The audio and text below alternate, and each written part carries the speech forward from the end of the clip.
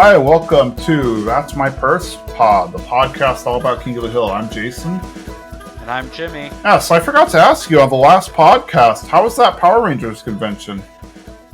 Oh, yes. I loved it. I'm a big Power Ranger fan.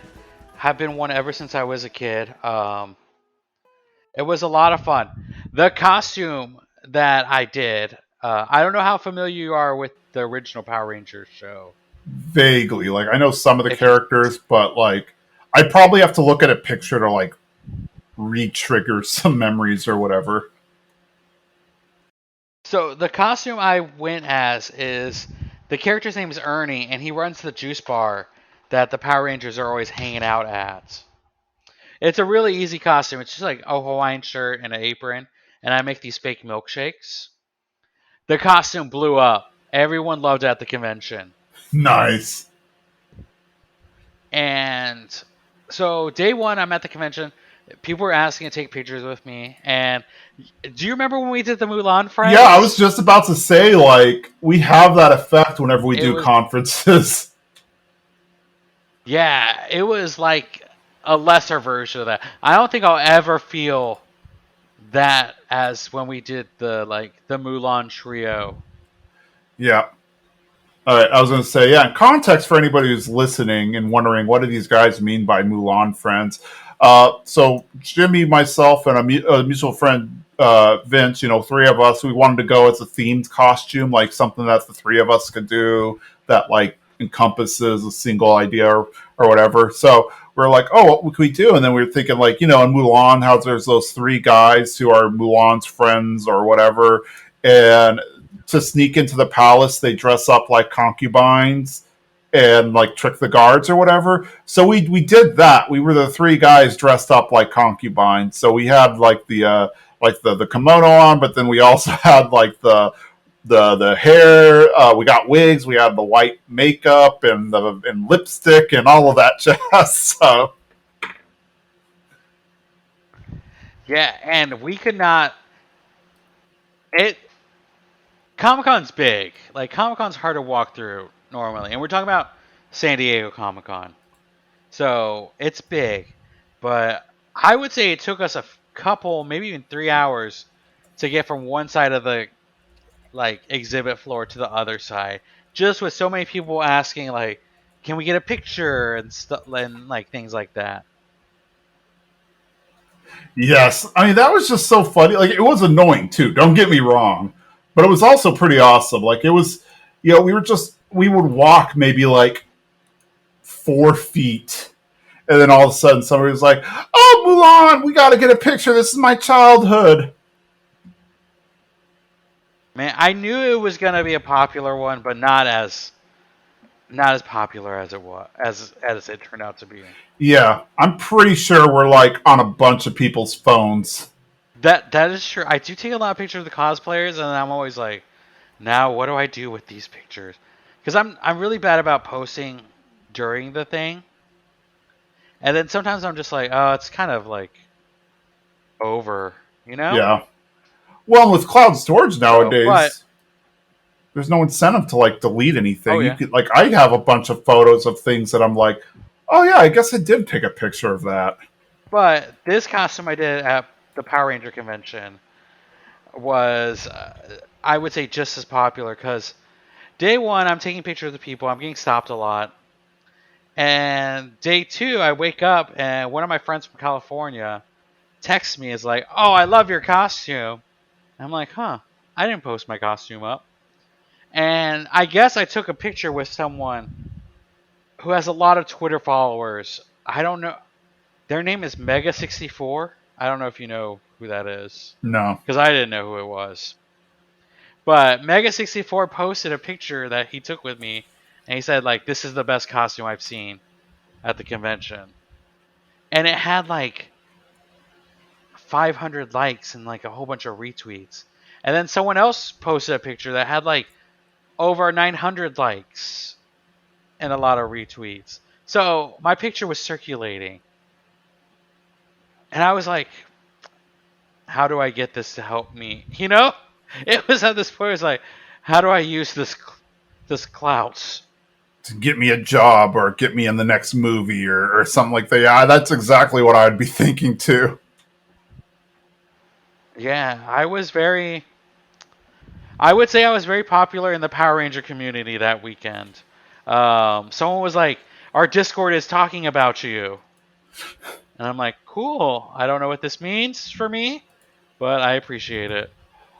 I think people really like creative, like outside the box costumes. Like, you know that at any comic convention or whatnot, people are going to do the standard costume. Like, oh, I'm going to like Power Ranger convention. People are going, I want to go as my favorite Power Ranger. I'm going to go as a Zord, or I'm going to go as Rita Repulsa or something. Like, they're going to do kind of the common things. I think people really like when people like think outside of the box and do something that is not expected. Like, oh, I'm the guy. I'm the guy who works behind the counter or something. Like, it's a Yeah. character everybody recognizes, but nobody thought to actually put on.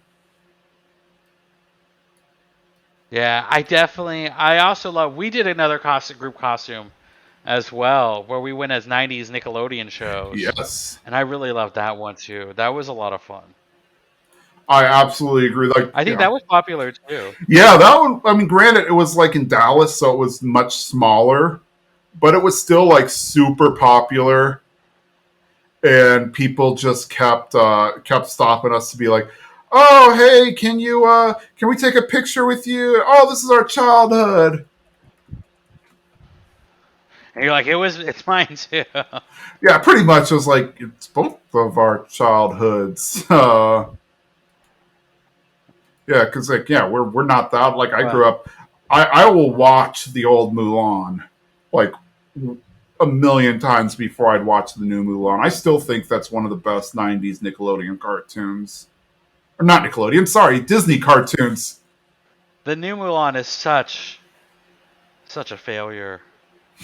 You can't take the songs out of Mulan. Like that should be like some things are sacred, Mm-hmm.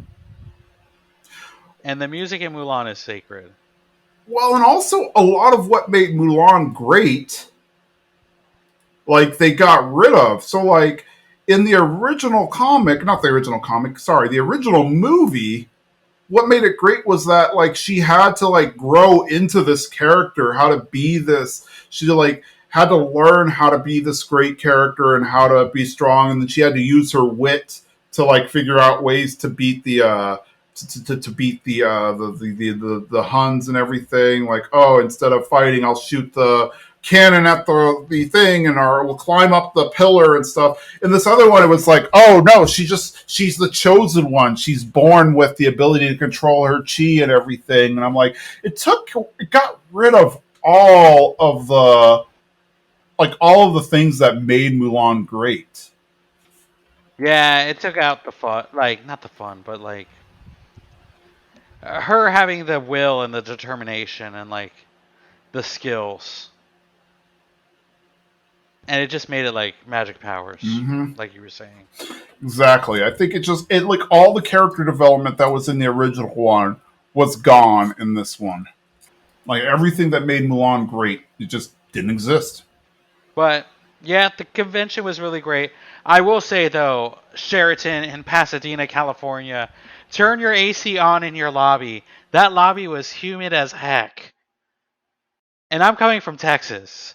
I know California is warm right now, but man, a lobby for a hotel should be like air conditioned. Just my opinion. Yeah, he did have the misfortune of going during the time though when like the entire state was told to conserve energy. So Oh man, I was like, this is warm. yeah, But it was a great convention. I do think we should do San Diego again. I think so too. Now that like COVID's pretty much over and it seems like Comic Con's kind of in its normal cadence now. I think it was back to normal this year, wasn't it? Yes, I did opt to not go this year, not because of COVID stuff, but like I couldn't make two back to back California trips work, and I've never been to a Power Ranger convention, so I chose that over Comic Con. Though I did miss like the Comic Con feels. sleeping on concrete. Oh yeah. I kind of wish we got to go to gosh, what's it called? D23 because apparently they played a lot of the trailers there for the upcoming Marvel movies, and I mean, obviously, eventually we're going to get them uh, in on YouTube or whatever, but I want to see them now. They did like what the Star Lord, not Star Lord, the Guardians of the Galaxy, and then gave us the first look of Adam Warlock, and then they did the Quantum Mania one, and I think they did some more. So like those were for Comic Con, but then in D23 they showed some other trailers too that we'll eventually get to see. But all the people who went got to see them that day. All right, before we move on, D23, what kind of costume would you want to wear? Like, what cosplay would you want to do? So I feel like we're limited. So it's like Disney, Marvel. Fox, Yeah. LucasArts. So there's still a lot to pick from, but we're more limited. Like, I mean, I guess if you really want to, you can go as Batman, but it feels like you're not operating in the spirit of things. I don't know. So I'd more than likely, out of all the franchises they have, I think Marvel's probably my favorite one. So I'd probably opt for something Marvel. I probably would avoid doing I'd probably pull like what you did instead of doing like a major character that everybody recognizes, like, oh, I'm T'Challa or something. I'd find like I'd be the guy on the bus in Shang-Chi who's like Oh, recording nice. everything. Like that's what I would do. This is tough. I know I asked the question. I don't really think about who I would want to be. Oh, dude, I for you, you should do Powerline because you wanted to do that. That's true. I could be Is his name Powerline. Powerline? Yeah, it's Powerline, and that Yeah, his is name's Disney, Powerline. so Yeah. I would do that. For me, gosh, this is tough. I want to be someone silly. Who could I be? Oh man, doing Kingdom Hearts characters would be really fun. Ooh, that would. If there was a trio, I would love to do the Kingdom Hearts characters. I would join you for Hmm. that if we had a trio. Okay, I know who I want to do. I don't know how I'll make it work, but since I'm just throwing it out there, have you ever seen the movie A Bug's Life? I have. I want to be Heimlich, the caterpillar. I support that, and I think we should do it. I don't think there's going to be a lot of them at the convention, so I think I'm safe there. Mm-hmm. So I think that's a good option. I don't know how it's to be made done. If anyone has any ideas, let me know. Yeah, that was like Pixar's second film, so I bet a lot of people our age remember it. But then, like, we probably also forgot that it was a movie, so it'd be one of those things where people would see you dressed up like that, and it'd be like triggering super nostalgia, and you'd probably get a ton of pictures. Yeah, I remember. I loved that movie as a kid. Dennis Leary as the ladybug. Yes, You can't beat that. that was indeed. I love that movie, and it's still one of my favorite Pixar films. And this was before I think Pixar it's a got forgotten really good at classic. animation. Like, if you compare, say, Toy Story 3 to Toy Story uh, to Toy One. Story Oh my 1, gosh. like, the humans look horrifying. Like, that, it makes sense why they made Sid. it. Yeah, it makes sense why they made it, like, mainly about toys because they just could not figure out human animation at that point in time. But now, like, they've got it down pat. The humans look more human like and stuff. So yeah, it's like, but Bugs Life, like they're doing bugs, they're being creative, so they got to do like a bunch of, they got to do a lot of things with that. It felt like I don't know what was it. Watching the original Toy Story feels like watching PlayStation cutscenes, like the first PlayStation cutscenes. Yeah. Oh, you know what? Disney owns Fox. Disney owns, I guess, some of the rights to King of the Hill, so we can go as King of the Hill characters. I can go as Budasak. Oh, nice. I was gonna ask you who you wanted to go as. Yeah. Now, Man, that's tough. Now who do I go as? I don't want to be obvious. I don't want to go. You know what? I'm gonna go as a manger baby. I support that. Was the penguin with the monocle? Uh, Feather Bottom or something like Uh, that, or Sir Feather Bottom. yes. Oh my gosh. I don't think anyone will get it, but for the few people who do, my heart, like that would be everything. Someone's like, "You're a manger baby." That would be awesome. Some people would catch on for sure. But yeah, that was a good segue. Let's talk about this episode, Traffic Jam, which is, I think we see this character maybe two or three more times in the season, but this is the only, or in the series rather, but this is the only episode where we see him portrayed by Chris Rock. This is a season 2, episode 16, so really early. Uh, and it's one of, I mean, yes, I know, I always say it, these are our favorite episodes. This is one of my favorite episodes because it's super quotable, and it's Bobby and Hank heavy, and the juxtaposition between the two of them is funny, but then also the whole just Buddha sack. Let's just dump into it and see how it goes. So we're at the Hill House, and Hank is getting ready, for his day. He's brushing his teeth while he's in the kitchen, and Peggy's doing is grading papers. Like, oh, Hank, I need you to drive me to school today because I'm on a roll with all these grades, and I don't want to break my 1 day turnaround record. And Hank's like, oh, okay, fine. I have to go to a sale anyway. And so, Hank gets in the car, they back up, and it's funny. It's a very slight joke. But if you're paying attention, you can pick up on it. As Peggy is grading the papers, you can tell she's not reading them. She's just it's the papers are what I did with my summer vacation, and she's grading them based on where they went. Because like you can tell she's not reading them because she's like, let's see, Dallas B, Waco B, New York City C, Arlen A. So like clearly like there's unless she's not a speed reader. There's no indication that she's a speed reader. So clearly she's yeah.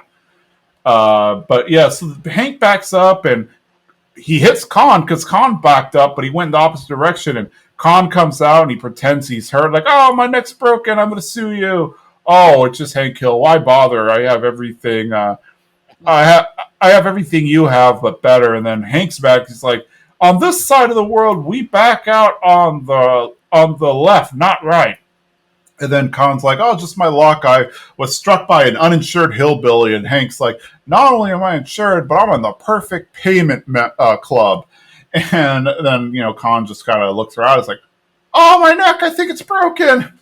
We see the insurance company. They're there, and the insurance adjuster is asking, general questions, like, which I find funny because that is such a Hank thing they would do. Now, granted, this was in the '90s. Maybe that's how you handle insurance. But anytime I had to like deal with a wreck or anything, I just did it all over the phone. So, but they actually are in the insurance office. They're like, "Did you have anything to drink? Did you use any mouthwash? Did you eat unusual amount of sausage?" And Hank's like, "Look, are we covered?" It's like, "Yes, except for the deductible, and of course your insurance is going to go up." And Hank's like, "What? What? Why is that?" It's like, "Oh, well, to cover the cost of the repairs." It's like, well, why don't I just get a loan and why don't I just get rid of the insurance, get a loan to fix the truck, and leave it at that? It's like that's illegal to drive without insurance, but you can lower your rates if you take traffic school. And so they're looking at they give her like a bunch of pamphlets for traffic school, and Hank and family are looking through them, and there's like an ice cream lovers and a vegetarian is like, and it's funny because Luann's like, no matter what your problem is, they have a traffic school for it.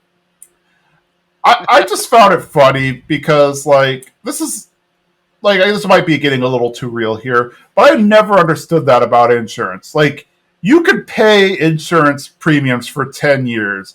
Like, you could have paid to repair your car 5 times over, and you get in an accident, they decide, oh, we're going to raise your rates. It's like, well, why bother giving me insurance? Like, isn't that what the insurance was for? This is true. It just feels like, I don't know, a scam of some sorts that like I could have just been saving this money in case I got in an accident Exactly. and then just paid it off myself. Exactly. It seems like a grift. It's like the world's most legal grift, is what I've always thought of insurance as. Because I figure if someone is does not have like if they can't afford insurance or like afford to fix a car, they're not gonna have insurance. And then now where are you at? Yeah. I don't know. Yeah. Well, hey, Hank is But Hank's upset, rightfully so, but they gave him an out. They said he could do defensive driving. I've done that myself as well when I've gotten speeding tickets in the past to get the ticket to get the because they report the ticket or what is it? So I guess maybe the laws are different in each state, but I know in Texas they won't report the ticket to your insurance if you do the defensive driving. So I've done that before. Have you ever had to do the defensive driving before? I wanted to, but then just like was I don't know. I was thinking about doing it and then I just never did it. That's I fair. guess that's the thing. So no, I have not. If I knew it was like this though, I would have gone. Yeah. Hank signs up for deaf ensive driving, so it's DEF, then like a dash, and then ensive, and then Hank's like, "There you go. This one's straight to the point, though their spelling is off." So I guess Hank just thinks, "Oh, this is just going to be a simple defensive driving." So he goes to Snaps, which is a comedy club in a strip center, and he sees that Khan is there, and he's like, "Oh, what are you doing here?" And it's like, "Oh, I got to get, for my defensive driving insurance, stuff like that." And the defensive driving, the teacher comes out. There's a DJ in the back, like who's a DJ slash hype man. And it's the defensive driving teacher is named Budasak, who was played by Chris Rock. And he's a comedian. And it's funny because, like, he's pretty much like all the classes are pretty much just him doing a comedy bit. He doesn't actually teach anything. He comes out and he pretty much just does comedy routine. And he's like, "Yo, what's up? What's up? What's up? Look at all the white people here. They say only black people break the laws, and everybody else is laughing except for Hank." He's like, "What? That's not true." And then he like pulls out some woman from the audience. He's like, "Look at this woman, booty so big she could smash license plates." And it's like, "Oh, come and spend some time with me in detention after class, if you know what I'm saying." And then Hank's just like taught himself like, "Oh, this has nothing to do with driving." And then he speaks up. He's like, "Excuse me, but do you have a lesson plan?" And Budasak gets offended like, "Oh, what? What you saying? A black man can't have a lesson plan? My plan is I'm not going to teach a lesson. You shut up." And then Hank is like, I'm sorry. I didn't mean any offense." And then and then Budasak's just like laughing because Hank got offended, didn't realize he was joking. He's like, "Cracker, you taking me serious?" And then he's like, "Oh, this is not a laughing matter. Learning driving skills is very important." And he just keeps getting on jokes on Hank about like, "You're so white" and all that stuff. Hank is, well, as you can expect, not happy. And he goes back home and he's telling Peggy and Bobby about the day. And like, he talks about how he met Budasak. And Bobby is so happy. He's like, "I saw him a few years ago at breakfast at the Apollo. And, he's one of the reasons I want to become a comedian," which really irks Hank. And he's like, "Bobby, I think you're old enough to have this discussion. Show business is inherently evil." And Peggy is like, we just said we're not going to have this talk with him until he's 18." And then Hank's like, "Their lives might look good. They might show off, and comedians might show off, and they might get beautiful women and drive fast trucks." And then Bobby's like, "They make fast trucks?" Hank just kind of ignores that. It's like, "But it's not a stable career. Here, I'm going to take you to my next class and show you how sad and unfulfilling it actually is." So yeah, we're kind of at odds with the two because Bobby, he wants to be a comedian, he wants to live that Hollywood lifestyle, but then Hank is like, "No, Hollywood is wrong. Like you need to be a normal, working man. That's what you got to do. That's an honorable job." And I mean, he even says that Hollywood is inherently evil. So how does that class stay open? Like, clearly he's been doing it for a while. Like, has nobody reported that everybody has failed the state exam because nobody has actually learned anything from the class? Oh, I don't know. It feels like Khan's taken that class more than once, though. I don't know, maybe. I don't know. I mean, I don't know. That is interesting, though. I mean, we do find out there have been some complaints. Yeah.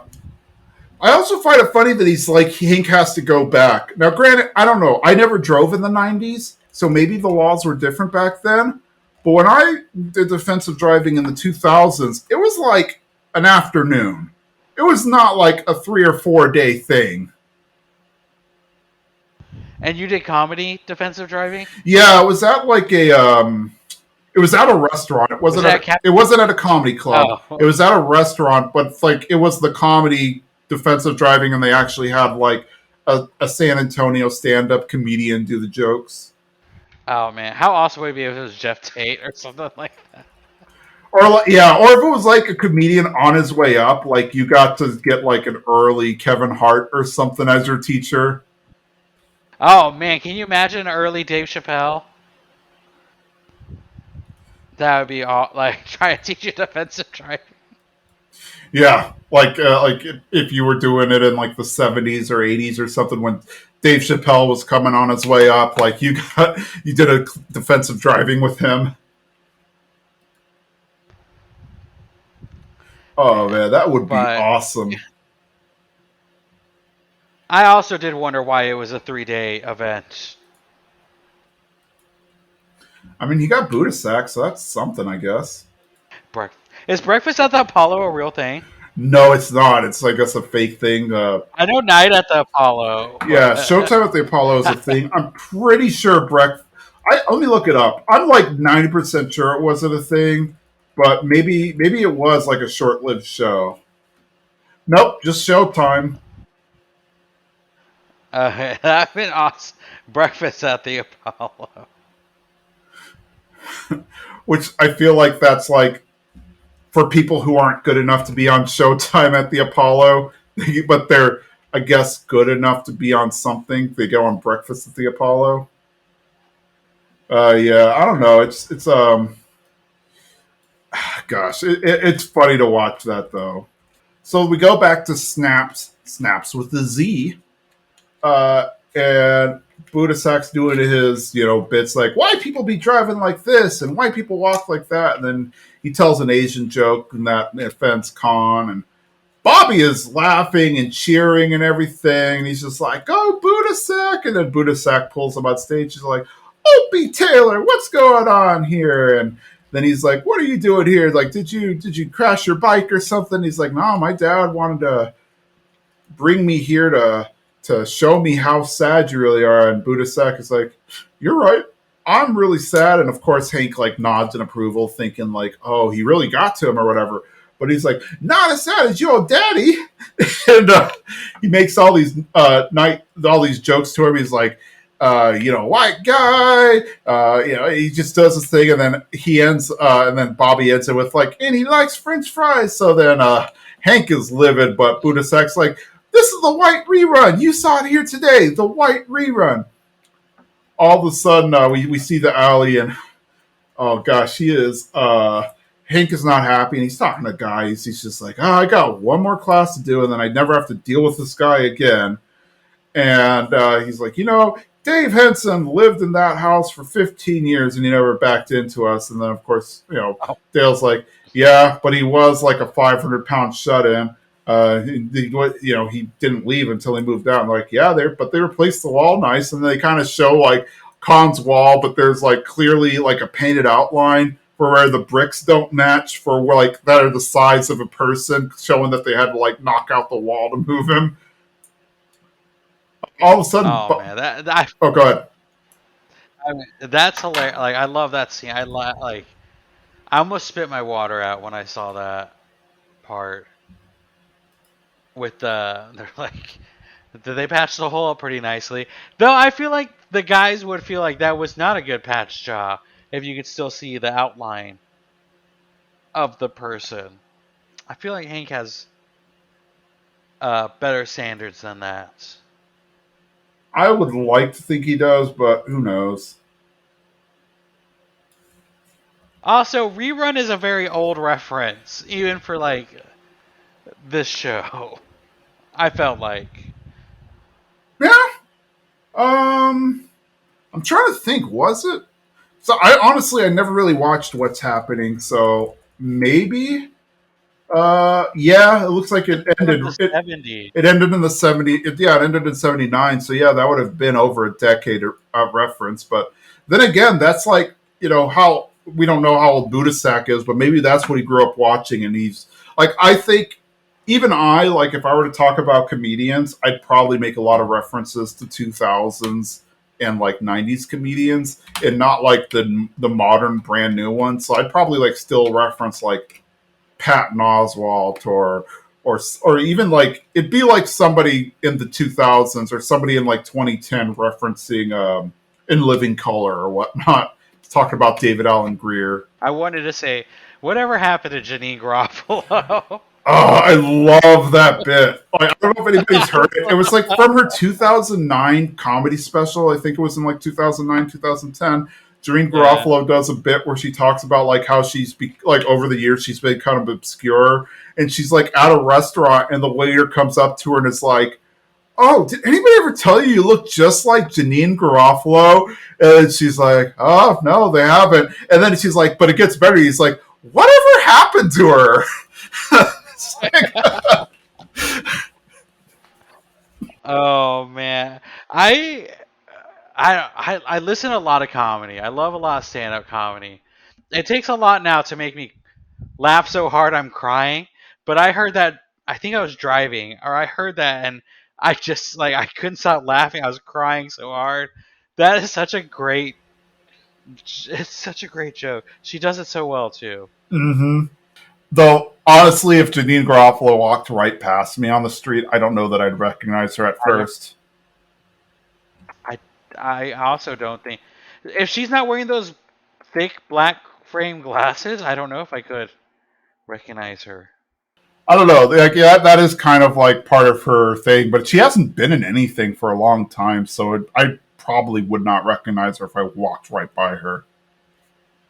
Speaking about walking, Bobby walks out, and he has like I guess like a portable mini boombox or whatever. One of those things that has like the microphone built in that you like in the 90s you probably could buy for like $30 at Target or something. And it's playing like the hip hop music underneath. And Bobby is like, "Yo, yo, what's up?" And he's telling like all the white jokes, like, "Look at all the white people got no butts, the most no buttonest having people ever." Like the jokes really aren't that funny. Maybe it's his delivery, but the guys are just laughing hard. Dale even spits out his beer, and Hank's not having fun. And then Bobby leaves, ends his bit, and Hank's like, "I appreciate you guys, humoring him, but I don't want you to." Don't want you to encourage him. I want him to be demoralized out of this comedy thing. Bobby then goes to Snaps during the daytime and sees Budasak, and Budasak's there like filling up the ketchup bottles. So I guess he's along with teaching classes, he's also like a waiter or service staff or something. Uh, you know, Bobby goes to see him. It's like, "Yeah, I was inspired by you. I saw you on Breakfast at the Apollo," and he's like, "You saw that? Oh, please come on, sit down, have a bottle of ketchup." And Bobby laughs, and he's like, "You're what makes me want to be a comedian. Why are you in Ireland?" And he's like, I got kicked off of TV for being too risque on Moesha," which is a dated reference. I don't know if people remember, but singer Brandy, Ray J, the creator of Raycon earbuds, her or his sister, who was a big R&B singer in the 90s, had a sitcom on UPN, which is also a defunct network called Moesha. So there's a dated reference for you. But then he's like, TV's not where it's at, though. I don't, I, you're expected to put out the same material and stuff. I want to make people laugh and think. And Bobby's like, "That's why you teach traffic school." And he's like, very sadly, like, yeah, that's why I teach traffic school. And obviously, the real reason is like being a stand-up comic is not a paying job for like the longest time, and you're going to do a lot of like menial labor. Um, just like a joke. So I think the documentary is called Comedian or Comedy, and it is actually filmed at Cap City Comedy Club in Austin, and it follows Danny Palumbo, who once won funniest person in Austin. And the funny joke about it is that like at the end, after they give him like the sash and everything, like it shows him driving to his job as a waiter at a seafood restaurant and stuff. So it's like, well, funniest, like, funniest person in Austin isn't like saying, oh, you're ready for Hollywood or anything. It's basically saying like you're beyond doing open mic nights. So like, yeah, so like comedians, you're doing a lot of open mic and doing a lot of random jobs before you ever have a shot of hitting it big. And if you look at the amount of people who do comedy who don't make it, that shot of making it big is pretty low. So anyway, yeah, Bobby decides to test out some jokes on Budasak, and they're all his jokes about why do cops be pulling me over and white people be like that. And Budasak's like, let me give you some constructive criticism, Bobby. You're not black. You need to be real. You need to get into your white roots. Find things funny from your point of view. And then he brings up like his dad's narrow urethra, and he's laughing, and he's like, and then Bobby's like, oh, my dad says that comedy is a nowhere job, and he's like, comedy's not about listening to your daddy. Do you think Shucky Ducky listened to his dad? When you get your routine together, come and you can come in my open mic night. I like that whole thing. We get a little bit of Budasak's backstory. He got on Moesha and got kicked off, and now he's stuck in Ireland doing doing doing like the traffic school. I do wonder what he did on Moesha that got him kicked off, because that's a scripted comedy show. That's true. It's not like it's live. Like maybe he just kept breaking the rules, so they just like, okay, look, we can't keep reshooting this. You're gone. That's my headcanon anyway. Oh man, I'm curious to see and I don't know. I think a missed opportunity to not have Brandy on the show. You know what? Maybe if they do the reboot, they can close the loop on this for us. I don't know. Yeah, I don't think she's expensive. Not anymore. I think her brother technically is doing better than she is, and largely because of the Raycon earbuds. So I don't think I've listened to a podcast or a YouTube video. Like I don't think I can go 3 days without hearing a Raycon ad. So I know, and Raycon, we're here. If you want a sponsorship, we can throw it our way. exactly, I have used Raycons before. They were all right. It's been a while though, so I don't know if maybe the technology has gotten better. Hank probably wouldn't use it Oh, because we he's lost the Raycon ad just now. yeah. I don't know. Hank probably wouldn't use Raycon. He'd probably have like some really really old headphones from the '80s, and he'd probably be I upset. do love when Bobby comes out to do the bit. I just was thinking about that. Do you think he was coming in and out like every now and then just to do it like a small bit? Because then he'd be like, "Thank you," and leave. Do you think he would like 7 minutes later he'd be like back out there Oh God, I doing hope another like so. couple bit? Like, because now I'm just like I'm thinking about all of Bobby's things. Like, is this a character Bobby does now? Remember, like the shoe shining Yeah, character that Bobby did? Like, is this another thing that's like? Because Hank's like, thank you for humoring him. I wonder if that's like because he's been doing this for like 3 hours now. maybe, or maybe it's because I mean that's possible, but I also think it's probably because Hank just does not like the joke, so he's just assuming that the guys are laughing their butt off just because they're trying to be nice. I really hope Bobby's coming out every like 30 minutes. with the same jokes though. Oh yeah, like he hasn't even written a different joke the entire time. Yeah, it's just the same material. Oh, that would be funny but terrible. But that's what a lot of people do. There's some stand-up comics. When I used to do stand-up comedy, you would go to watch their set, and they'd literally be doing the same set every single time. I do feel like I mean, like, not to get off topic, that we never do, but if you listen to a comedian long enough and then you go see them live a few times, you do hear the same joke now and then. But for me, it's kind of like when you go see a band perform and you're like, I want to hear the classics. Yeah, You know, who doesn't want to hear the classics? fair. That's a fair You point. know, if Janine Garofalo doesn't tell that story, I'm rioting. I'm like, I'm out of here. Whoever you are, lady on stage. Whatever happened to Janine Garofalo? I don't know. She just vanished. She vanished from the public eye. So we go back to the house. Hank is cracking walnuts with, like, I guess, I'm not good at tools, so I don't know what that tool was. It was like a joint or I think something. it's a vice Yeah, grip, there you go. or A is it vice not? grip. It was a vice grip. You're right. Okay.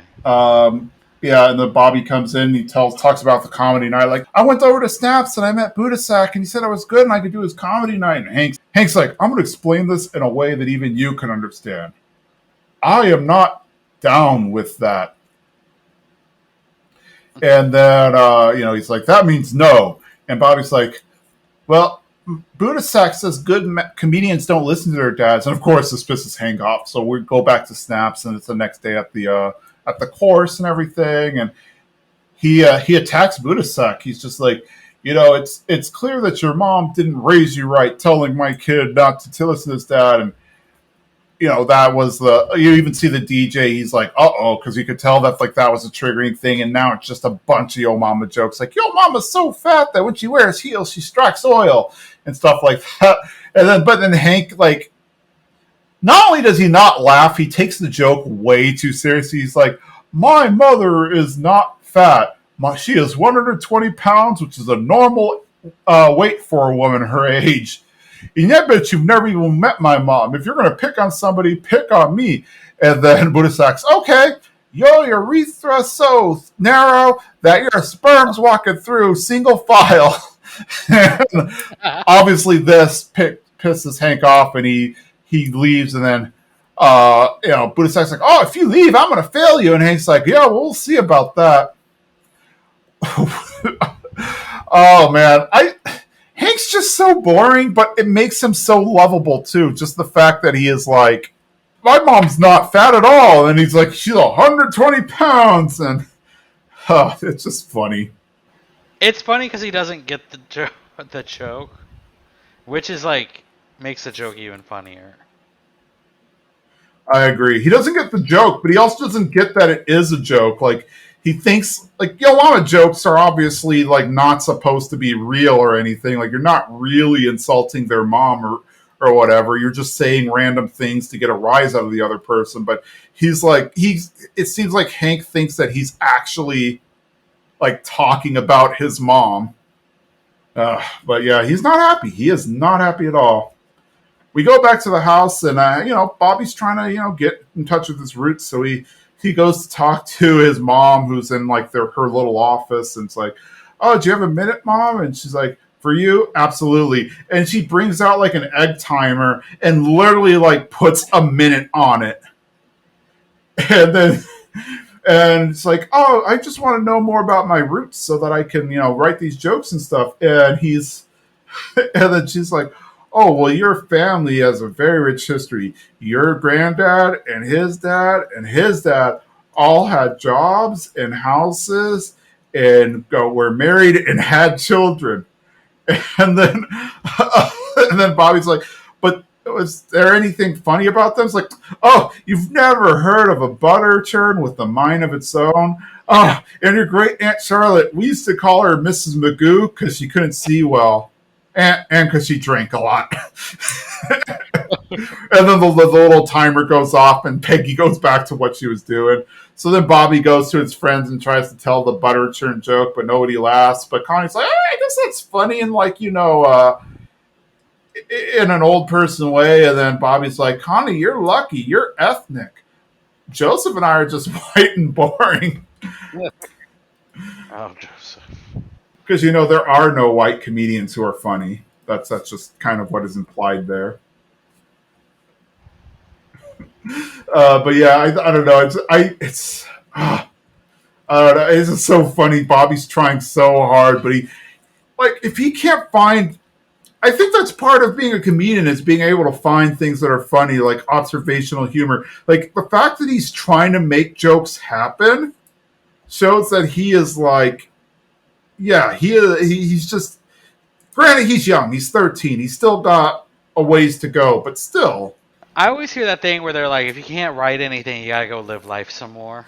pretty So much. I feel like that would have been better advice to give Bobby than like go to your roots. Yeah, well, I think it was because he was like actively trying to get Bobby to get away from telling black jokes.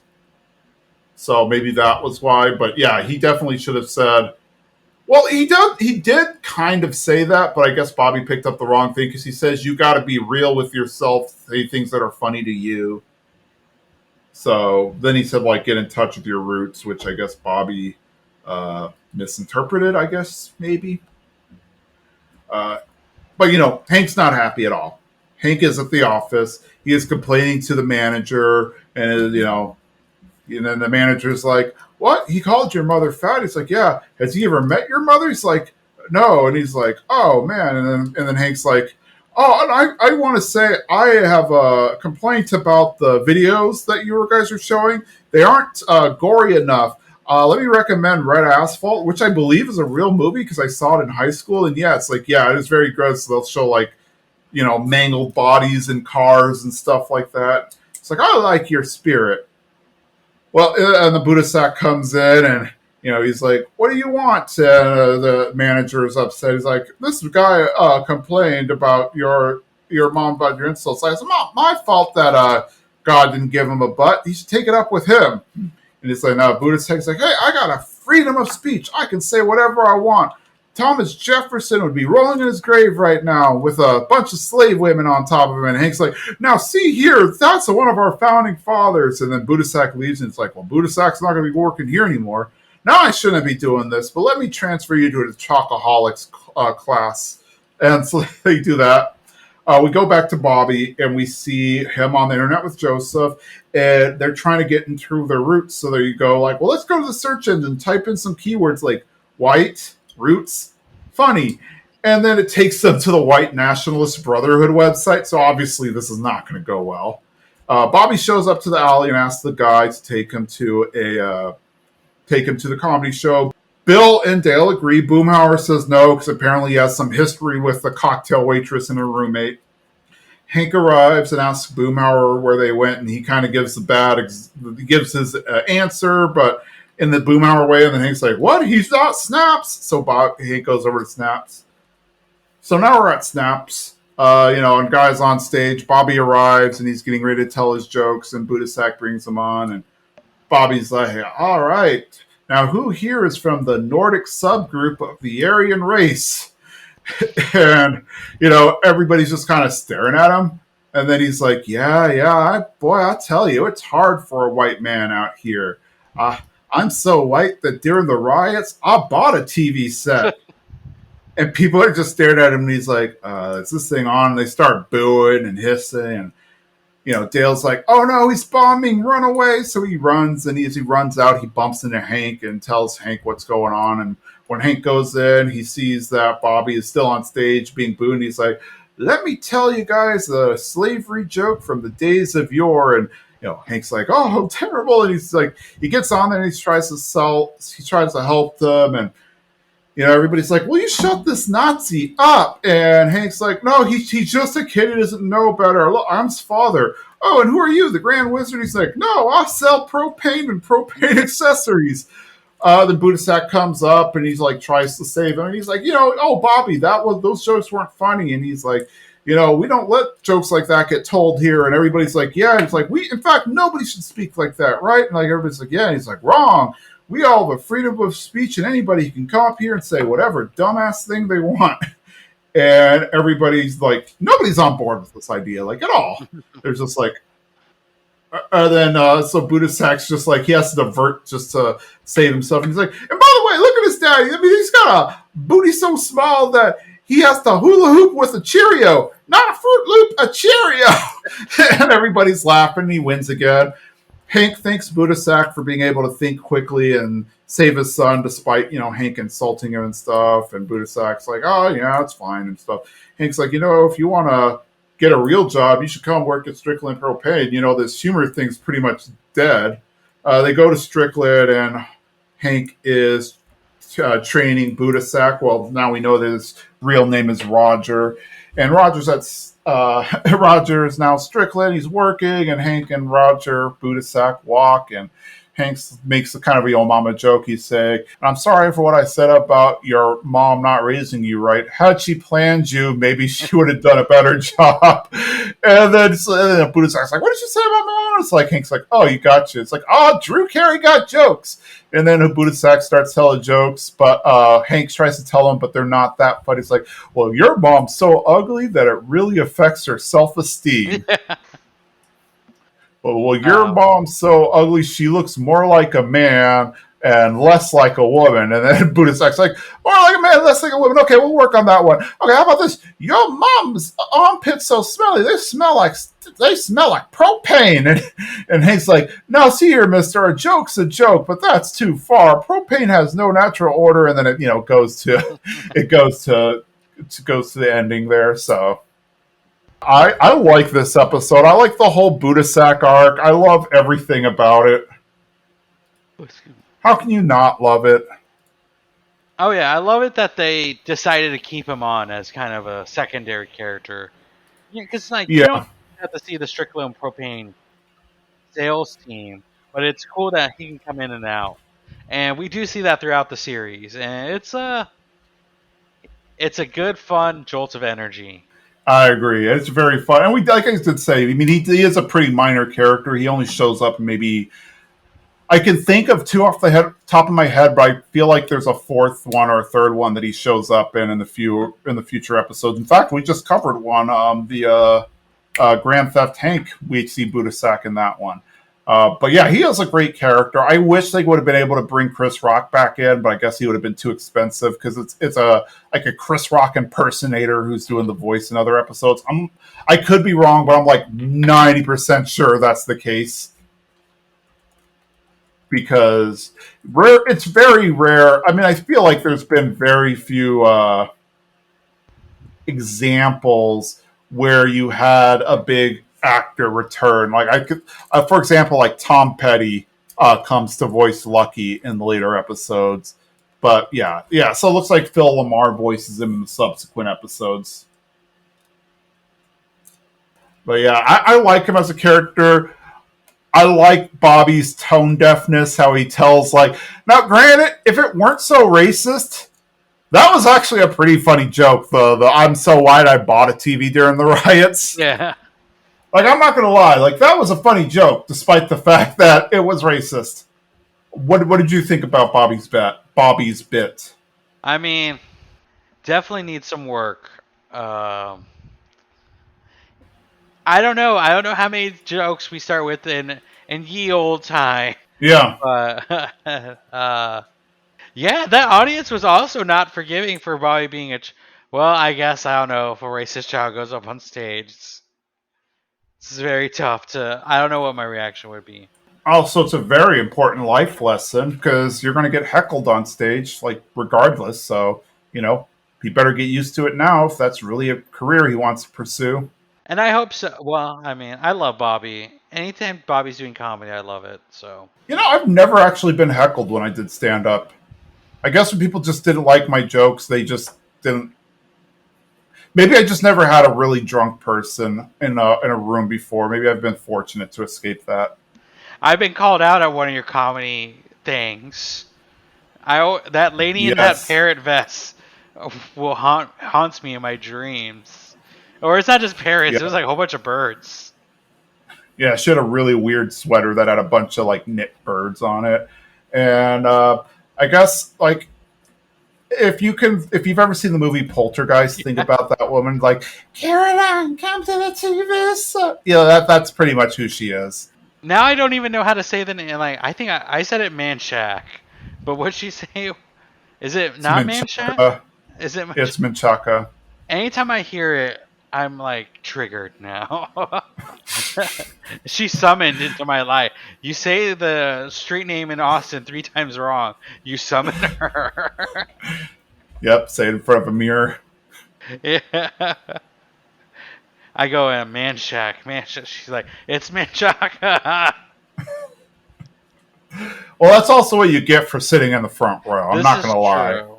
I mean, as a seasoned comedy show goer, I should have known, but you know, wanted to go support you. Yeah, I appreciate you supporting me, but I don't remember the night that well, but I'm pretty confident you and Sam were like the only two in the front row, also. So This is true. But to my defense, I never get to sit in the front. Like, because, like, you go see some comedians there, the front row seats are like premium seats. So I don't get to yeah, sit there. I wanted to feel the luxuriousness of sitting in a premium seat. But you know, if I can give someone some material, then you know what, it's worth it. maybe she just was not prepared with her material at all, and that's how she did it. Like you Yeah. saved her. Well. Yeah. Yeah. That she didn't. She never mentioned the vest. I feel like that was such a miss opportunity. Like I don't know. I wanted to know her backstory. She's like the filler episode of a show that I wanted.